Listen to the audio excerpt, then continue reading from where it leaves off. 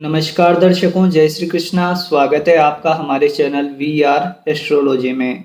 दर्शकों, आज इस वीडियो में हम बात करेंगे कि कुंडली में सप्तमेश अगर षष्ठ भाव यानी सिक्स्थ हाउस में बैठ जाएं तो उसके क्या परिणाम देखने को मिलेंगे, आपके जीवन पर इसका क्या प्रभाव पड़ेगा, संपूर्ण चर्चा करेंगे। तो दर्शकों, आप ये वीडियो पूरा अवश्य देखिए, आपके लिए जानकारी जरूर लाभप्रद सिद्ध होगी। इसके अलावा दर्शकों, अगर आप अपनी कुंडली दिखाना चाहते हैं, कोई भी जीवन से जुड़ा हुआ प्रश्न पूछना चाहते हैं तो हमारे नंबरों पे संपर्क करके अपना कॉल अपॉइंटमेंट बुक करवा सकते हैं। एक बात ध्यान रखिएगा दर्शकों, कॉल अपॉइंटमेंट पेड होते हैं, इस बात का थोड़ा ध्यान रखिएगा। अब आते हैं हम हमारे विषय पर। देखिए दर्शकों, सप्तम भाव कुंडली में बहुत ही महत्वपूर्ण होता है क्योंकि ये हमारे लग्न से सप्तम होता है। दूसरी बात, ये हमारे जीवन साथी के बारे में जानकारी देता है, वैवाहिक जीवन के बारे में बताता है।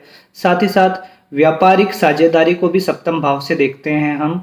इसके अलावा दुनिया आपको किस नज़रिए से देखती है, समाज के लोग आपके लिए क्या मायने रखते हैं, ये संपूर्ण जानकारी हमें सप्तम भाव से पता चलती है।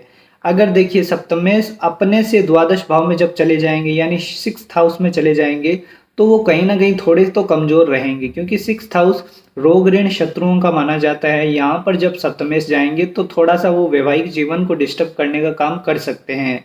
आपको सबसे पहले तो ये देखना है कि सप्तम भाव के मालिक छठे भाव में कौन सी राशि में बैठे हैं, क्या उन पर शुभ ग्रहों का प्रभाव है या पापी ग्रहों का प्रभाव है। अगर शुभ ग्रहों का प्रभाव है तो जो नेगेटिव हम बता रहे हैं वैसा कुछ नहीं होगा, आपका वैवाहिक जीवन काफी मधुर रहेगा।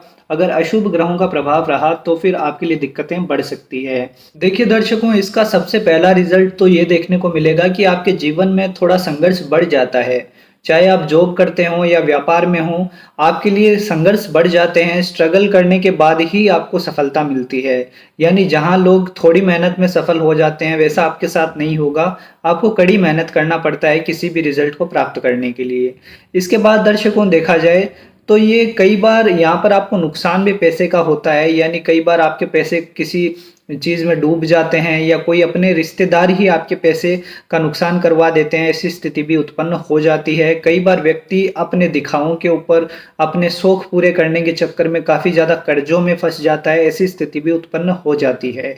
इसके बाद दर्शकों, देखा जाए तो यहाँ पर ये चीज है कि अगर सप्तमेश स्ट्रॉन्ग होकर सिक्स्थ हाउस में बैठे हैं तो ऐसा व्यक्ति फिर कभी हार नहीं मानता है। यानी हर चीज का वो फाइट करता है, किसी भी सिचुएशन का वो डटकर सामना करता है, चाहे वो उसकी आर्थिक स्थिति हो या पारिवारिक स्थिति हो, सबका डटकर सामना करता है और नेवर गिव अप एटीट्यूड उसे जीवन में आगे पहुंचाता है। तो ये ऐसी स्थिति आप समझ सकते हैं।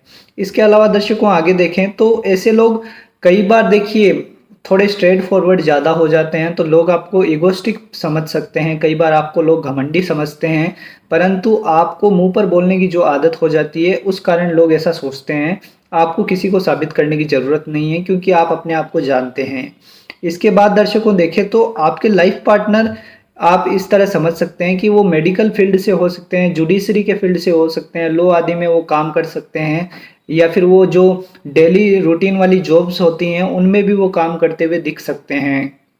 आगे देखें दर्शकों तो आपके लाइफ पार्टनर के थोड़े से हेल्थ इश्यूज यहाँ पर सामने आ सकते हैं। सिक्स्थ हाउस में जब सप्तमेश बैठते हैं तो आपके पार्टनर की हेल्थ में कोई ना कोई दिक्कत रह सकती है, किसी तरह की परेशानी से उसे जूझना पड़ सकता है। आगे देखें दर्शकों तो आप दोनों को साथ मिलकर जीवन में आगे चलते रहना होगा। साथ में जो सहयोग समर्पण है उसके साथ आगे बढ़ना होगा, तभी आपका रिश्ता मधुर बन पाएगा। कहीं भी थोड़ी भी मतभेद रहे, कोई उलझने रही तो आपका वैवाहिक जीवन डिस्टर्ब हो जाएगा क्योंकि सिक्स्थ हाउस में सप्तमेश अपने आप में कमजोर हो जाते हैं।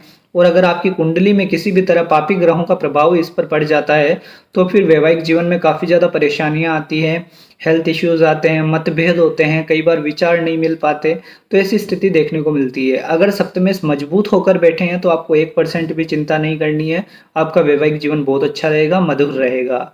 इसके बाद दर्शकों देखा जाए तो यहाँ पर कई बार विवाह विलंब भी होता है। यानी सिक्स्थ हाउस में सेवंथ लॉर्ड बैठे हैं तो विवाह होने में दिक्कतें आती है, कई बार रिश्ते पसंद नहीं आते, इस चक्कर में उम्र निकल जाती है या फिर करियर बनाने के चलते समय निकल जाता है। ऐसी भी स्थिति हमने कई कुंडलियों में देखी है, जब सेवंथ लॉर्ड सिक्स्थ हाउस में बैठे हों तो विवाह में कई बार ज़्यादा देरी हो जाती है। आगे देखें दर्शकों तो यहाँ पर आपका विवाह होगा तो आपको आपकी समझदारी से, मैच्योरिटी से मैरिड लाइफ को निभाना होगा।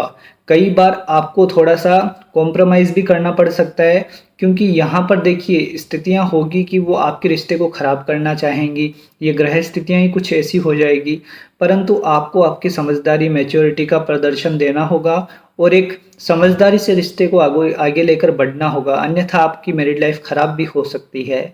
आगे देखें दर्शकों, तो आपके लाइफ़ पार्टनर हो सकता है कि कई दूर स्थान से हों, दूर आपका विवाह हो सकता है या फिर विदेशी व्यक्ति से भी आपका विवाह हो सकता है, ऐसी भी संभावनाएँ बढ़ती है जब 7th लॉर्ड 6th हाउस में हो। देखिए दर्शकों, 7th लॉर्ड जब 6th हाउस में होते हैं तो एक कमज़ोरी ये भी देखने को मिलती है कि आपके जीवन साथी छोटी-छोटी बातों पर आपकी गलतियाँ निकालेंगे, कोई न कोई नुक्स निकालेंगे, इसके चलते आपके मतभेद होते हैं।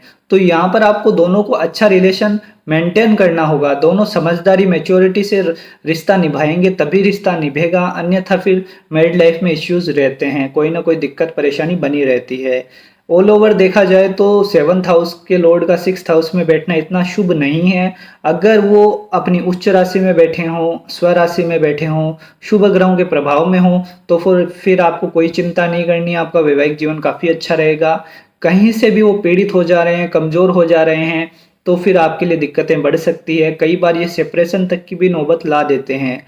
यानी आपकी कुंडली का विश्लेषण करने के बाद ही कुछ निष्कर्ष किया जा सकता है। आपको फालतू में डरने की ज़रूरत नहीं है। पहले आप अपनी कुंडली दिखाइए, उसके बाद ही किसी निष्कर्ष पर पहुँचिए।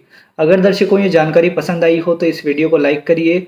हमारे चैनल से पहली बार जुड़े हैं तो चैनल को सब्सक्राइब कीजिए। वीडियो देखने के लिए आपका बहुत-बहुत धन्यवाद। जय श्री कृष्ण।